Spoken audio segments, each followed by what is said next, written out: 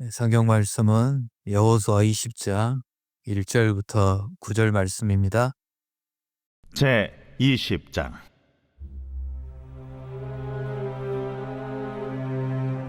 여호와께서 여호수아에게 말씀하여 이르시되 이스라엘 자손에게 말하여 이르기를 내가 모세를 통하여 너희에게 말한 도피성들을 너희를 위해 정하여 부지 중에 실수로 사람을 죽인 자를 그리로 도망하게 하라.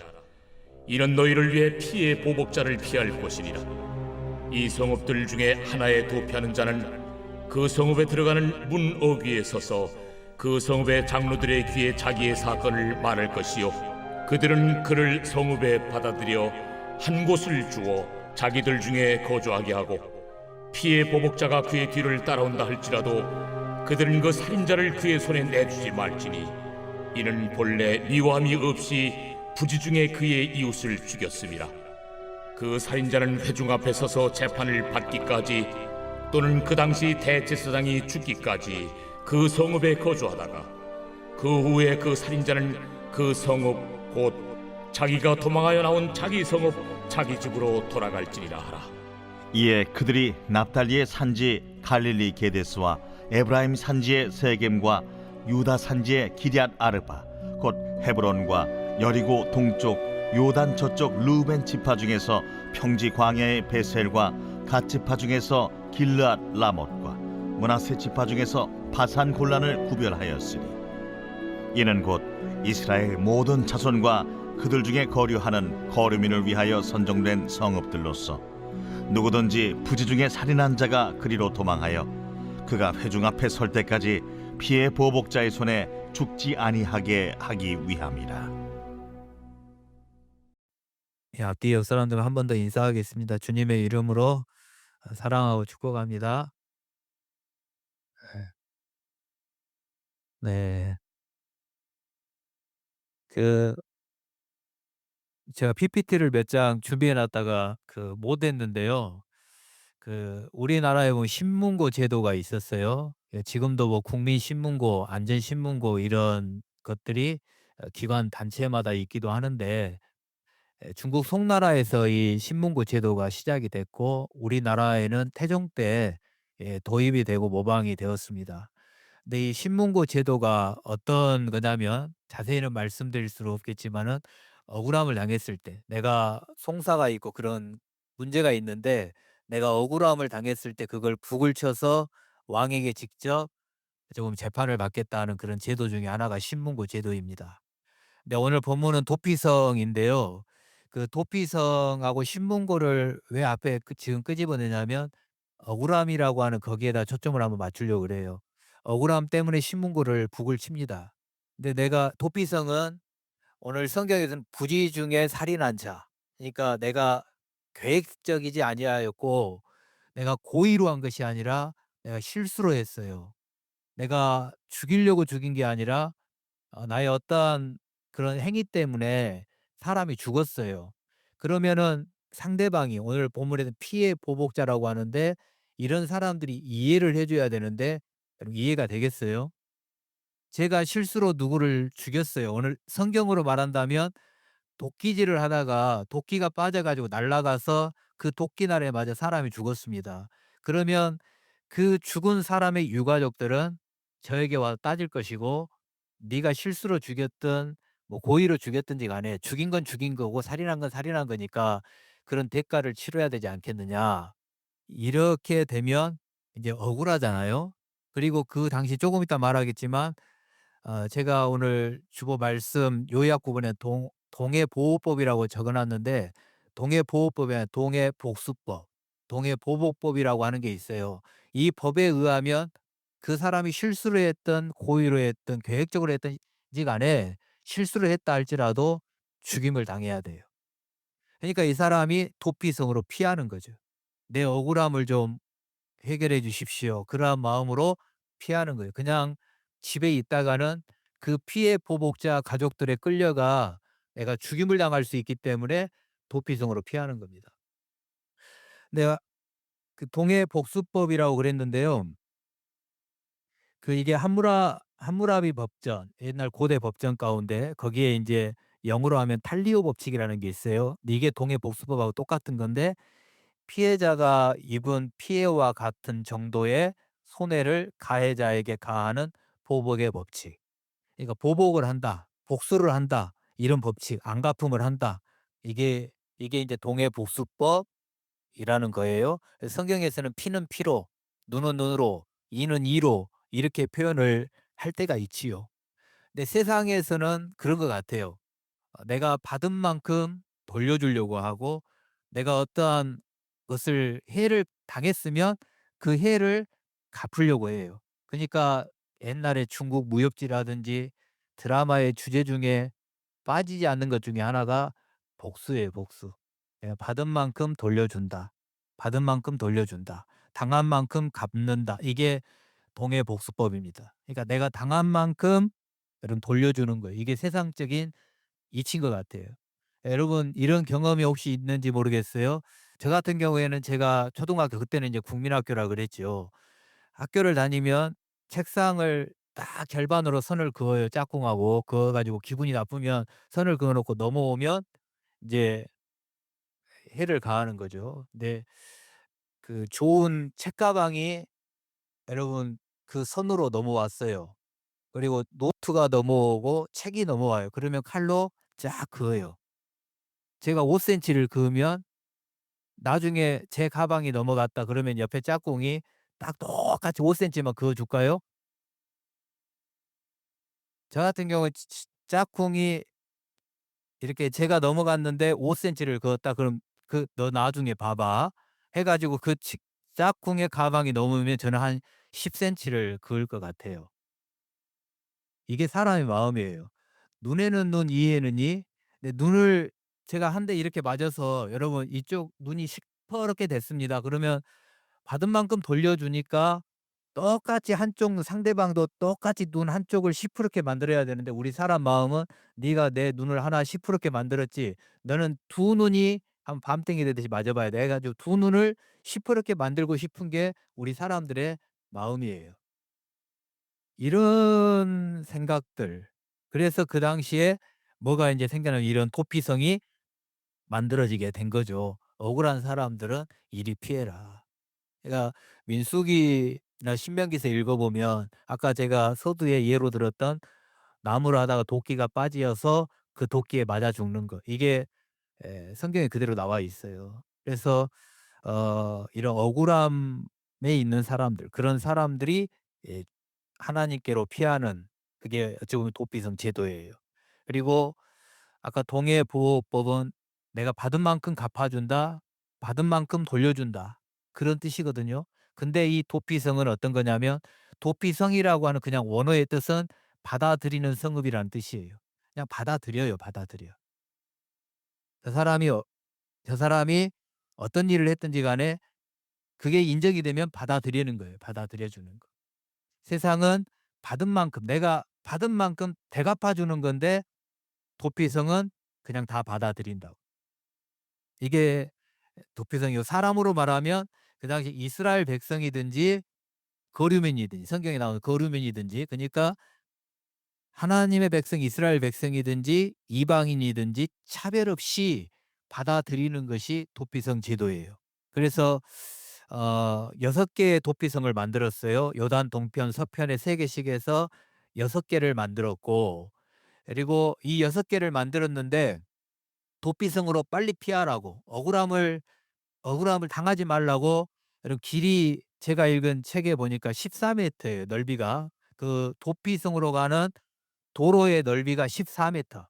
그럼 14 미터면 지금 우리 교회 카페 앞에 그 길보다도 더 넓게 만들어졌다고 보시면 되고 그다음에 도피성으로 가는 길마다 교차로가 나올 때마다 표지판이 붙어져 있어요. 표지판이 붙어져서 도피성을 가는 쪽으로 화살표를 그려 놓겠죠. 그래서 지금 그 도피성에 들어가지 아니하면 피해 보복자들에게 잡혀 맞아 죽을 수밖에 없기 때문에 억울함 때문에 죽으면 안 되니까 빨리 피하라고 빨리 도망하라고 도로를 넓혀 놓고 그리고 교차로에 표지판을 붙여 놓고 그 표지판을 또 이렇게 먼지가 끼고 그러면 잘 안 보이면 모르잖아요. 그러니까 레이인들이 그 표지판을 관리도 했다고 그런 인제 자료도 있고 그러더라고요. 그러니까 누구든지 빨리 쉽게 피할 수 있도록 살고자 하는 마음만 있으면 6개 중에 어느 곳으로든지 피하기만 하면 여러분 살 수 있게끔 길을 만들어 놓고 표지판까지 만들어 놓았습니다. 그리고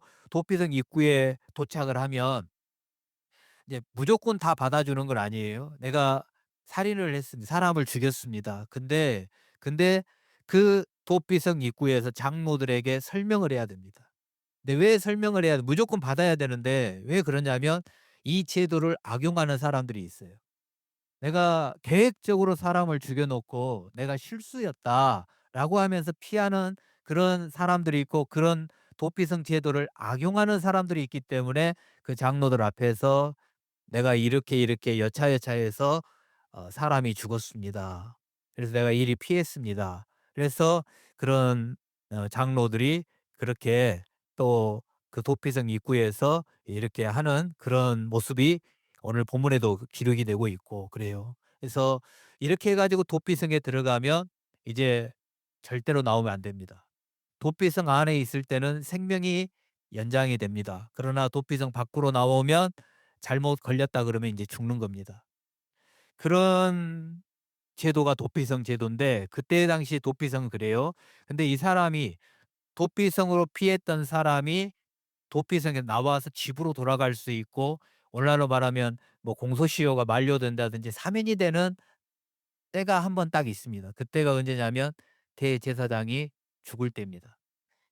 대제사장이 죽어요. 자기가 도피성으로 피했을 때에 대제사장인 사람이 죽으면 그때 도피성으로 피했던 모든 사람들의 죄가 다 깨끗이 사면되는 거예요.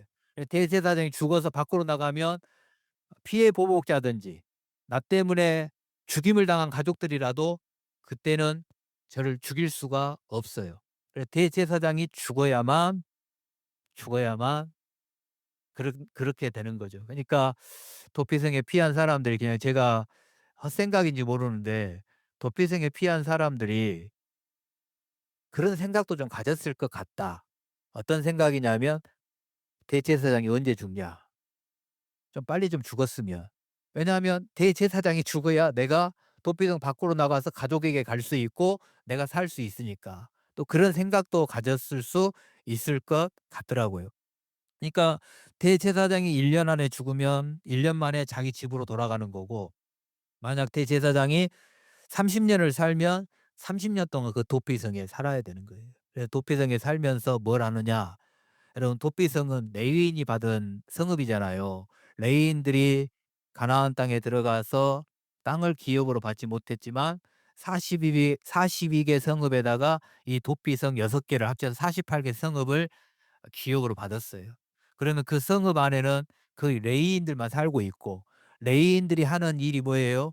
여러분 이번 주 민수기 성경을 읽어 오신 분들 보시 읽 듣 그랬지 들었을 거 아니겠어요?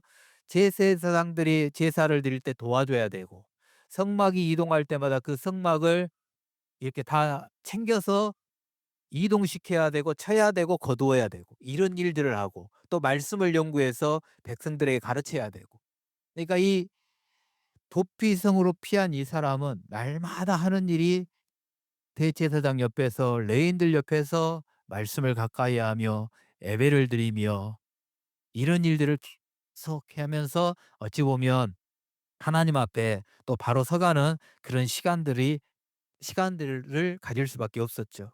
그러니까 영적으로 생각하면 너무너무 좋은 건데 세상 이렇게 오늘 한번 생각해 보면 생명은 부지하고 있지만 가택연금 받은 거나 똑같은 거잖아요. 그 성 밖으로 나가면 죽는 거니까.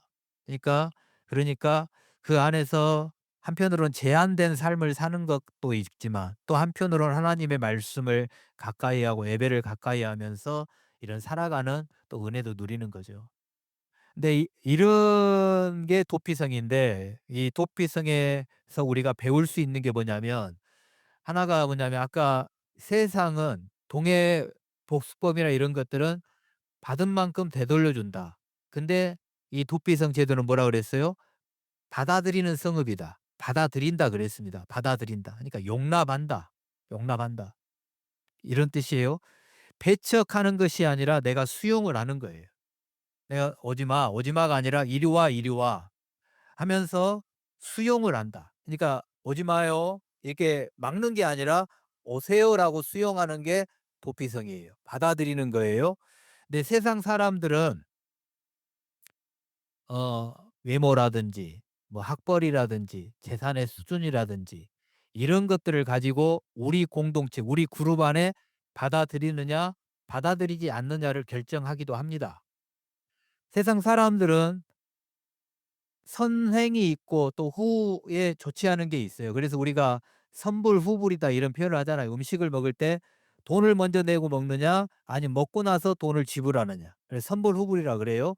근데 이 선자 후자를 붙인다면 이 도피성은 받아들이는 건데 먼저 다른 거 안 따지고 선용납, 선수용이에요.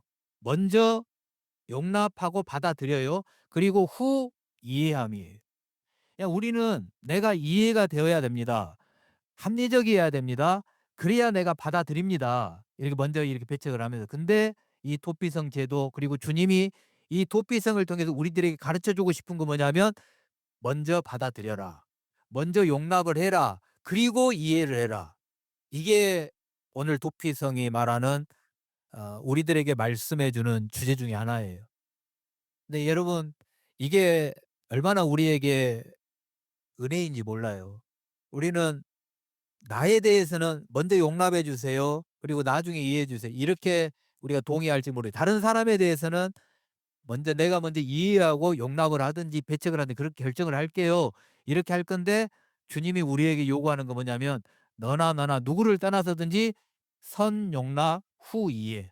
먼저 받아줘. 그리고 나서 이야기를 들어보면서 이해를 하면 이해가 될 거야. 이게 하나님의 방법이에요. 우리가 잘 아는 그 장발장 이야기가 있잖아요. 그 레미제라블 뭐 영화도 있고 뮤지컬도 있고 뭐 애니메이션도 있고 다 그러던데 그 레미제라블 중에 하나 주제 중에 하나로 들어가는 사람이 장발장인데 그냥 이 장발장이 어떤 사람이냐면 조카 4 명이 굶주리고 있기 때문에 그 굶주림을 해결하기 위하여 빵 하나 훔쳤다가 그 과정 가운데 5년 선고받아 19 년을 복역을 해요. 19 년을 복역하고 나왔는데 가족들도 없고 그리고 어디 갈 데가 누구도 재워주지 않고 누구도 자기를 보살펴 주려고 하지 않아요. 그리고 모든 사람들이 전과자라고 하는 색안경을 끼고 자기를 쳐다봐요. 근데 그 당시 주교가 아 천주교로 말하면 신부님인데 이분이 그 누구도 받아주지 않는 장발장을 받아줘요. 그러면 재워주고 먹여주고 그러면서 그다음 날 이 주교의 사무실에 갔는데 이 장발장의 눈이 동그래져요. 왜냐하면 어느 서랍장에 은그릇이 있었어요. 그래서 자기를 재워주고 먹여주고 했던 그거를 잊어먹고 그 은그릇을 훔쳐 가지고 나가요. 근데 걸렸어요. 그리고 경찰한테 붙잡혀 가지고 이 주교 앞으로 옵니다. 근데 주교도 이제 눈치가 있으니까 빤히 보이잖아요. 그리고 자기 은그릇이잖아요. 근데 이 사람이 여기서 걸리면 가중처벌을 받아서 더 많은 복역을 해야 될 것 같으니까 그때 이 주교가 어떻게 순발력을 발휘하냐면 은촛대를 가지고 와서 "내가 이것까지 줬는데 왜 은촛대는 놔두고 은그릇만 가지고 갔냐." 이렇게 해 줘요. 그니까 경찰이 이 어찌 보면 건수 하나 잡은 거잖아요. 이 장발장을 다시 넣을 수 있는 자기의 실적을 하나 올릴 수 있는 기회인데 주교가 그렇게 말함으로 말미암아 그 건수는 날아가게 되고 이제 다른 사람 다 떠나고 주교하고 장발장만 그 장소에 남아 있어요. 그때 주교가 하는 말이 뭐냐면 "오늘 이 시간을 잊지 마십시오. 그리고 새 출발하십시오." 이렇게 말을 해요. 그러니까 이게 뭐냐면 주교의 입장에서 지금 장발장을 받아주는 거예요. 받아준 거잖아요. 받아줬기 때문에 다시 교도소를 안 가고 장발장이 이제 바뀌는데 여기에서 이 장발장이 은혜를 받고 이름을 개명을 합니다. 그러면서 많은 사람들을 도와주고 또 돈을 어떻게 벌었는지 벌어서 공장을 또 차려서 또 부자도 되고 많은 사람들을 도와주다 보니까 나중에는 그 시의 시장까지 되기도 하고 그래요. 근데 이게 이렇게 사람을 변화시킬 수 있었던 것 중에 하나가 뭐냐면 받아주는 거예요. 그러니까 우리는 "내가 이해되면 받아준다. 한번 말을 해 봐. 내가 이해가 되면 내가 해 줄게." 이게 우리 사람들의 마음이고, 내가 싫은 사람이 먼저 거리부터 드는 것이 우리들의 마음이에요. 그리고 누군가가 뭔 말을 하면 내가 이해가 되지 않는 이상 절대로 안 믿으려고 그래요. 근데 지금 이 도피성 제도를 통해서 하나님이 우리에게 말씀하는 게 뭐냐면 "먼저 받아줘라." 너에게 싫은 소리를 해도 그 사람을 먼저 받아줘 봐. 받아주고 같이 한번 이야기를 하면서 왜 그런 말을 했고 그런 행동을 했는지 이야기를 듣다가 보면 이해가 될 수 있을 거야. 이게 하나님의 말씀이에요. 예수님이 만약 저와 여러분들이 하는 행동들, 또한 저와 여러분이 하는 모든 것들을 "한번 말을 한번 해 봐. 내한테 한번 보여줘 봐. 내가 이해되면 너 용서해 주고 너에게 사랑을 베풀어 주고 그러면 내가 너에게 은혜를 주고 복을 줄게." 이랬다면 저와 여러분들이 과연 은혜를 누리고 복 받을 사람이 몇 사람이나 여기 있을까요? 예수 그리스도도 우리를 그냥 받아준 거예요. 내 마음에 믿어서 내 입으로 주님이 나의 구주이시고 주님만이 나의 구원자이시고 주님만이 나의 구세주입니다라고 내가 고백을 하면 주님은 다른 거 다 보지 않고 나를 받아줘요. 이게 예수 그리스도의 마음이에요. 그다음에 여러분, 도피성을 만들라.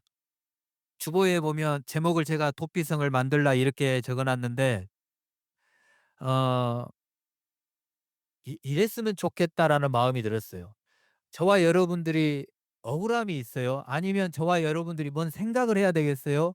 아니면 이 주제에 떠나서 나 혼자 하나님과 대면하고 싶을 때가 있을 것 같고, 나 혼자만의 사색을 하면서 뭔가를 고민해야 될 때가 있을 때 나만이 피할 수 있는 도피성이 있었으면 좋겠다. 그곳에 가서 혼자 아무런 터치를 받지 아니하고 하나님과 나와 1대1의 관계 속에서 이렇게 대화하면서 하나님의 뜻을 들을 수 있는 그런 도피성과 같은 공간. 그리고 사람과의 관계도 좀 그런 것 같아요. 부모와 자녀가 서로 적과의 동침으로 한 집안에 살아가는 게 아니라, 그리고 부모님한테 핑계를 돌리고 자녀들에게 이렇게 먼저 핑계를 돌리는 게 아니라 부모님은 자녀들의 도피성이 되어 주고 자녀들은 부모의 도피성이 되어 주고 남편은 아내의 도피성이 되어 주고 아내는 남편의 도피성이 되어 주고, 이게 사람들로 하면 이게 쉽게 안 된다 그러면 여러분, 집안에다 골방을 하나 만들어 놓고 여기다가 도피성이라고 딱 써서 붙여 놓는다든지, 아니면 방이 없다 그러면 식탁의 의자에다 하나에다 도피성 딱 해가 붙여 놓고 집에서 서로 간에 막 싸우든지 뭐 혹시 좀 이해가 안 된다든지 억울함이 있다든지 그러면 그냥 어느 누구든지 그 의자에 올라가 가지고 있으면 '아 네가 억울한가 보구나. 아 네가 지금 도피성에 피했나 보구나.' 그러면서 '아 내가 지금 도피성에 피했으니까 나를 좀 건들지 마세요. 이런 의미구나.' 이런 것들을 좀 해 본다면 얼마나 좋을까, 이런 생각이 좀 들어졌어요. 여러분, 그러지 않을까요? 우리 집에 도피성이 하나 있다면, 집에서 우리 식구들이 나를 몰라주고 모든 식구들이 나에게 이렇게 화살을 보낼 때 "아니 나 억울해. 내가 안 했어." 막 하면서 피할 수 있는 그런 도피성이 있다면, 그리고 용납해 주고 먼저 용납해 주고 받아줄 수 있는 그런 모습이 있다면, 먼저, 그러니까 어느 날 상담용어로 먼저 인정을 해 주고 경청을 한다면 문제가 많이 발생하지 않겠지요. 여러분, 도망갈 곳이 없다. 나는 우리 집에 도망갈 곳이 없다. 도망갈 도피성을 찾고 계신 분들은 교회로 오세요. 교회에 방도 많고 교회에 여러분들이 생활할 수 있는 공간이 엄청나게 많아요. 여러분, 웃자고 그렇게 표현했지만 우리 교회가 도피성이 되었으면 좋겠어요. 사람들의 도피성. 받아들이지 않는 사람들을 받아들여 주는 데는 여러분 많은 대가가 필요해요. 왜냐하면 세상에서 받아들이지 않는 사람들이 교회로 온다 그러면 그 사람들을 향한 대가 지불, 그 사람들을 향한 쉽게 말하면 많은 물질이 투자될 수가 있고 우리들의 수고가 들어갈 수 있어요. 그러나 그런 대가 지불이 없이는 하나님의 교회가 교회될 수 없어요. 그렇기 때문에 세상에서 대접받지 못하는 사람을 교회가 대접해 주고 세상에서 받아주지 않고 배척하는 사람을 교회에서 수용해 주고 받아 주고 이래라고 교회가 있는 거 아니겠어요? 그래서 여러분 낭비되는 것 같고 손해 보는 것 같아도 그렇게 하면 저 세상 가운데 예수님을 믿다가 낙심하고 실망하고 실족하고 교회에 나오고 있지 않는 사람들. 그러니까 쉽게 말하면 가난한 성도들. 나 혼자 지금도 어느 교회 인터넷 방송에 들어가서 나 혼자 예배를 드리고 있는 그런 사람들이 여러분 우리 교회를 통하여 그런 은혜를 누릴 수 있으면 얼마나 좋겠어요. 그래서 우리가 올해 이사야 62장 10절의 말씀처럼 성문으로 나아가라. 올길을 수축해라. 돌을 제거해라. 깃발을 높이 들어라. 이 말씀을 약속의 말씀으로 우리가 붙잡았는데 정말 그랬으면 좋겠어요. 억울한 사람들, 받아들여 주는 곳이 없는 사람들, 여러분 그런 사람들이 피할 수 있는 도피성이 성민교회. 그래서 많은 사람들이 야 성민교회로 가면 너 살아. 성민교회로 가면 너 살 수 있어. 성민교회로 가면 니네들이 회복돼. 여러분 이런 소리가 우리들을 통해서 또 널리 널리 또 전파되어지는 그런 은혜가 있기를 주님의 이름으로 축원합니다. 그다음에 하나만 더 이렇게 살펴보겠는데 지금 오늘 본문에 나온 구약 시대에는 대제사장이 죽어야 완전히 사면이에요. 내가 밖에 나가 자유로이 여러분 살 수가 있어요. 근데 이거를 지금 예수 그리스도에게 적용을 해 본다면 도피성 되시는 분이 주님이시기 때문에 누구든지 살려면 도피성으로 달려가면 살잖아요. 근데 지금은 누구든지 살고자 한다면 예수님께로 달려와야 되죠. 그리고 마음만 먹으면 여러분 도피성으로 갈 수 있도록 길을 넓혀 놨고 그리고 표지판까지 달아 놨어요. 근데 히브리서 10 장의 말씀을 드리면 예수 그리스도는 저와 여러분들을 새롭게 살 수 있는 살 길을 마련해 주신 분이라고 이렇게 말을 하거든요. 그러니까 예수님이 저와 여러분들을 살게 하는 길이에요. 길이요 진리요 생명이요. 이렇게 말씀하는 것처럼. 그러니까 오늘날로 뭐 말씀을 드리면 여러분 교회가 곳곳에 사람들에게 너무나도 가까이 있어요.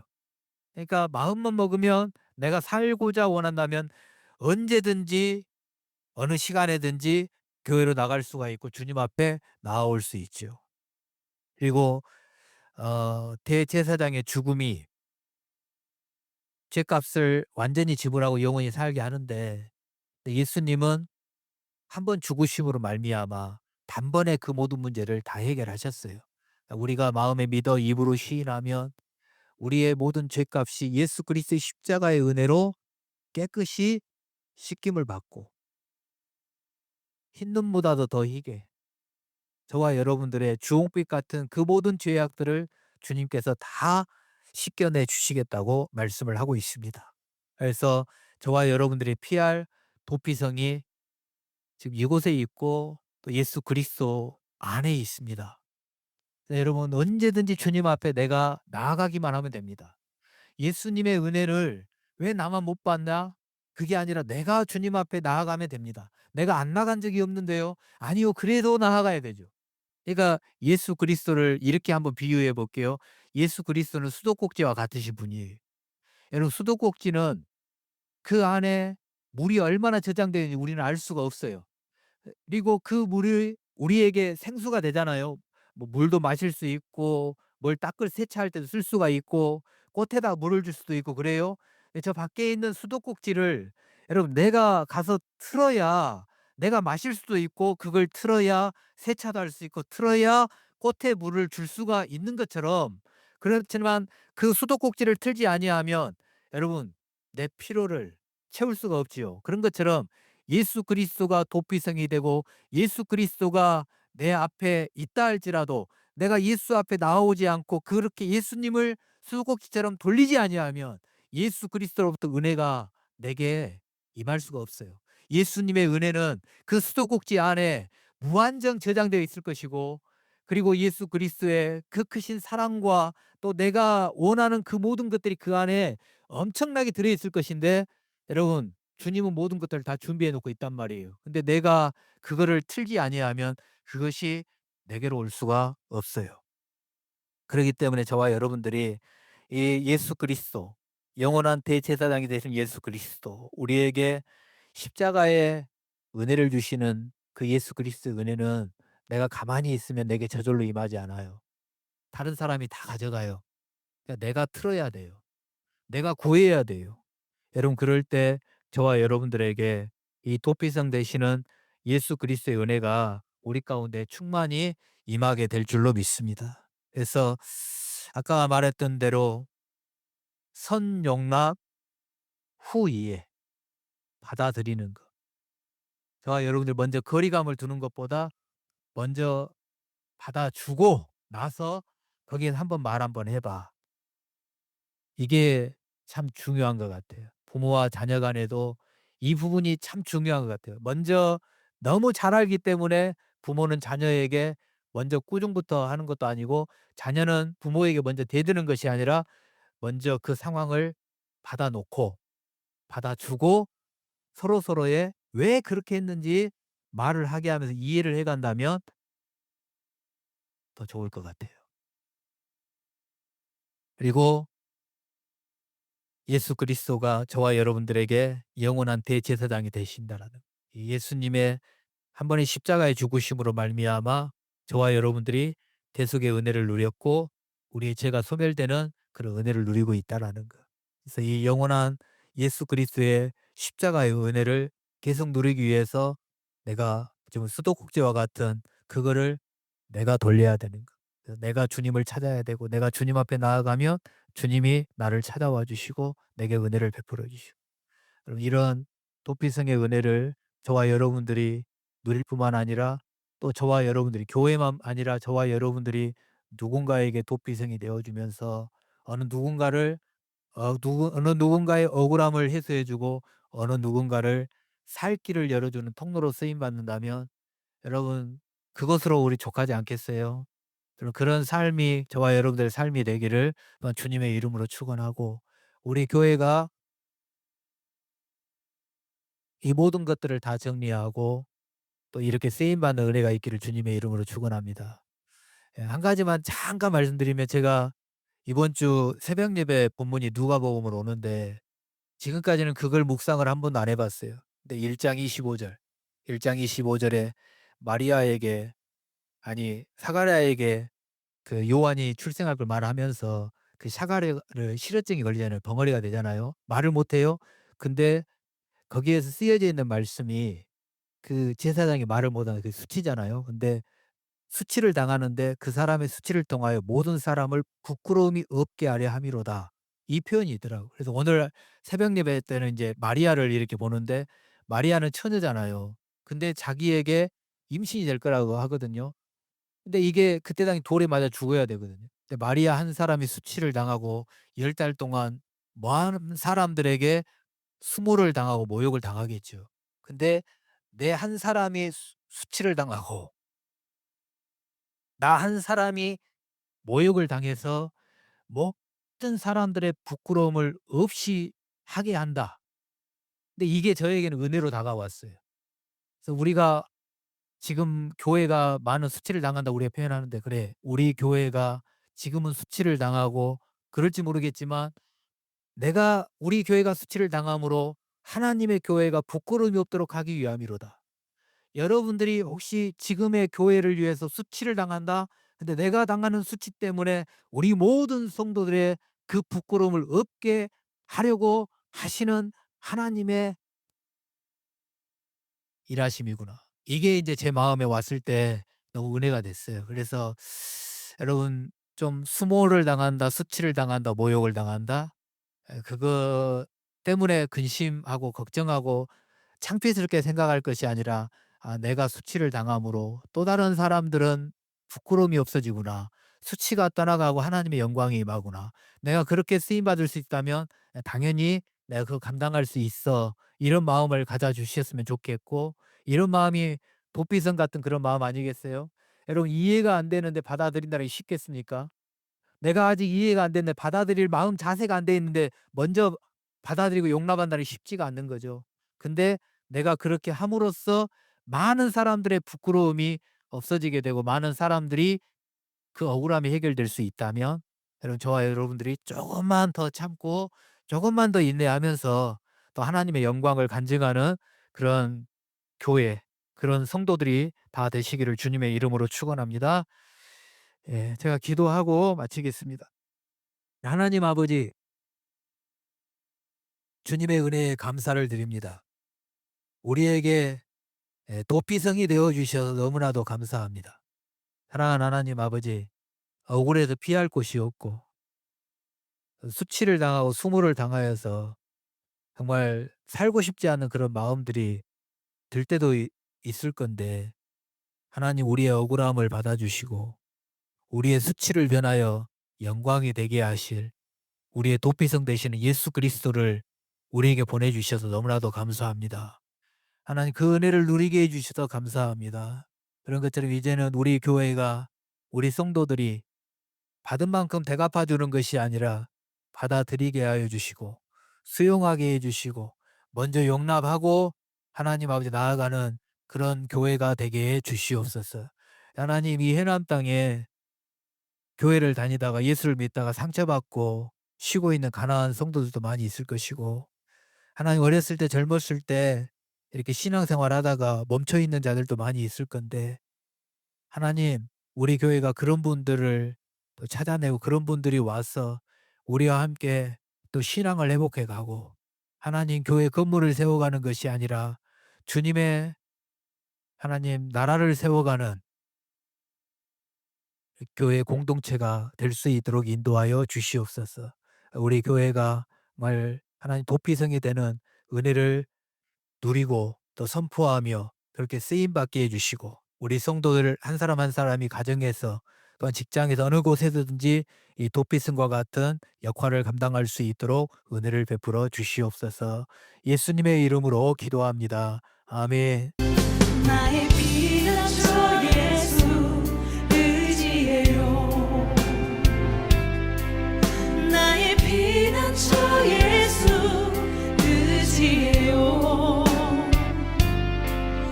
나의 가는 길에 거센 바람 몰아쳐와도 나의 피난처 예수 의지해요. 나는 영원히 주님, 나는 영원히